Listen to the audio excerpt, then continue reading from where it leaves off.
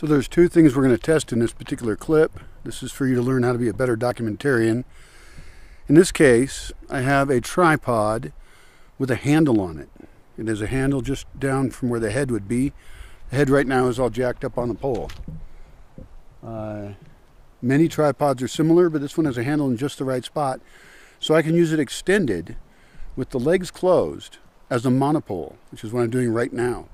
That way I can control easily. I just picked up the monopole where I'm at, the angle the camera's at, and it's on there pretty good. So it's a little heavier, it's quite a bit heavier, but it's a sturdy enough tripod at a light enough weight that I'm willing to do it. The cool thing is I can rest here and talk, and I can look at where the sun is, and I can even angle this different.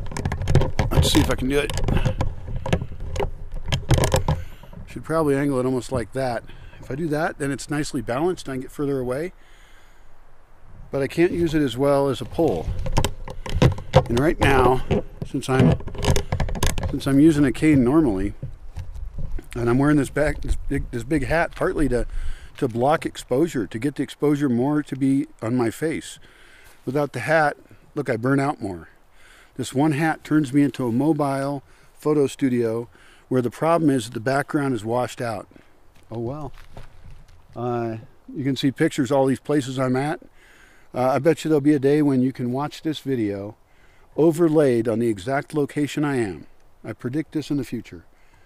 And you will be able to see around you, everything around you will be exactly like this, just all fine and normal.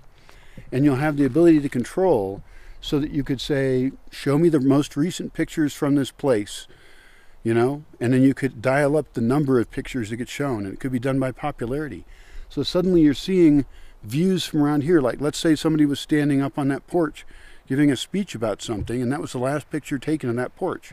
You would dial and you would see it there. In a very popular location, you would see thousands of photos if you turn it up really high. You could just see the pictures of your friends. You could see pictures of people who live near you. You could see pictures of people who belong to the same groups you're in. Whatever, it's a point of contact where you're seeing through their vision and you're also seeing through time. So you can decide a timeline and where in the slider you want to be at. And there's going to be places highlighted that have more or less pictures. You could have a little graph there. And it shows there was a peak of pictures at this point. That would imply a gathering of people. Gatherings of people are going to be inherently more interesting than the monotonous day-to-day, at least around here. And around here you're going to be like, oh, a leaf fell down. Oh, a bird built a nest. You know, it's relatively slow and boring. But if you were to publish, for example, a festival where everybody had agreed that went to it, everybody had agreed that they would be part of the show, and maybe they're their own broadcaster. It could be YouTubers and Instagrammers or whatever, TikTok, whatever's popular at the moment. I have no idea. People could be posting their Facebook. You know, I'm talking in 2021 here. But everybody essentially becomes a broadcaster. You bring these broadcasters together, and then the interface could be such on this virtual environment that's based on a real one that you could follow any individual camera, because all these cameras would then turn their footage over, or they post it. But everything gets placed into the virtual world so that ideally, if someone was smart, they do longer pieces walking around. Oh, in addition to following a camera, you could decide to follow a person. So if you saw a person you liked, you could just right-click on them and it would say, follow this person. Well, now you're following this person perhaps from behind, three-quarter view, like a video game, walking around in the environment. Or I prefer one that's just behind them, so that what they see in front of them, right? No, sorry, coming from behind them, so that they can see in and out of their. Basically, offer all the usual ways to view things in virtual environments. There's several engines that handle that really well. So make a virtual Bosque, overlay all media onto it that was geotagged here with the latitude, longitude, time, correct time preferably, and compass direction. Even if the compass direction was missing, which it is on most photos, right? Then you could still quite easily, well, so it's easy to say it's easy, but you know, I know some image processing geek researchy type people, and they can figure that kind of stuff out real well. If the general location, if the longitude and latitude were known, I'm pretty sure that you could easily scan the environment and fit that particular clip into the environment. And you could always have this thing to the side where it's like, these clips were taken here, but we don't know where to put them. and then you could look through those. But the real big win is a virtual environment that's also real and becomes essentially a performance space for all the usual reasons performances are awesome. All of the reasons that TV shows, movies, drama, art, community occurs could happen. And I actually would like to create a show like that.